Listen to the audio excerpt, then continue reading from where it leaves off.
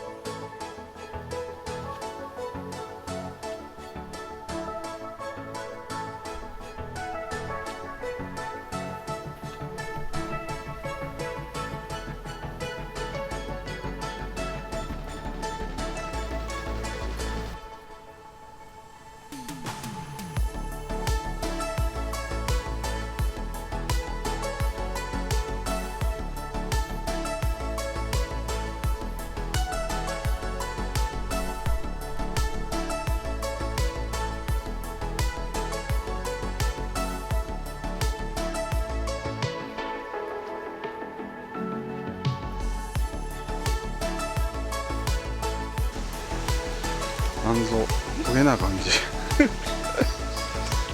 い、これなんか遊びとかなんかいうパンプので作ったメーカーの、はい、タープがね某電気屋さんで割引で売ってたんですよ。で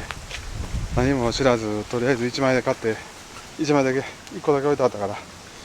持って帰ろうと思って買って持って帰ったんですけど、後で調べたら1枚じゃテントにもなれへんで言うて、もうしゃあなしにアマゾンで調べたら半額なっとってね、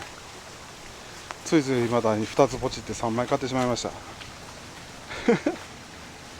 まあ一人で寝るぐらいしかできないですけど、群幕みたいな感じですかね。はい、そうなんです。まあ簡単ななんじゃシェルターみたいな貼り方、とりあえず2枚だけ使ってやってみました。はい、衝動ポチリいいんか悪いんかって感じですね。なかなかこういうキャンプもあんましないんでこのまま家でガレージで置き去りになる可能性高いですけどね。はい、まあそんな感じでいつもの淀川で自転車でブロンプトンでね来て試し張りしてみました。とりあえず2枚だけにしときます。はい、そんな感じ、こんな感じで、はい、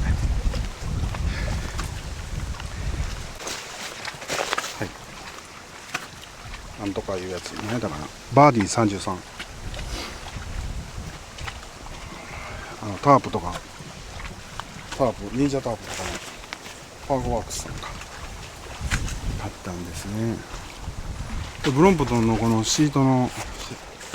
留め金のところに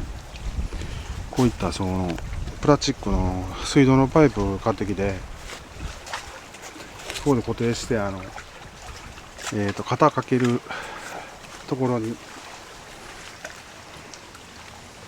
あれ何ちゅうんやったかな、タイラップで固定して、はい、つけました。ここがちょうどねいけてね、はい、でブロンプトンのもともとキャリアについてるゴムで、ここを X にしてここで止めて、腰のベルトのところをサドルのシートポストにくくって、ここは100均のなんかゴムの映れへんな、こっちからかと、これか、このゴムでちょっとこうポイッと縛ってずれないようにしてやってみました。はい、そうなんで今日の淀川は晴れて風がきついです。ちょうどいいとこがあったからよかった。これで野営できそうやな。でも野営したら怒られるんやろな。はい、そんな感じで、はい、終了。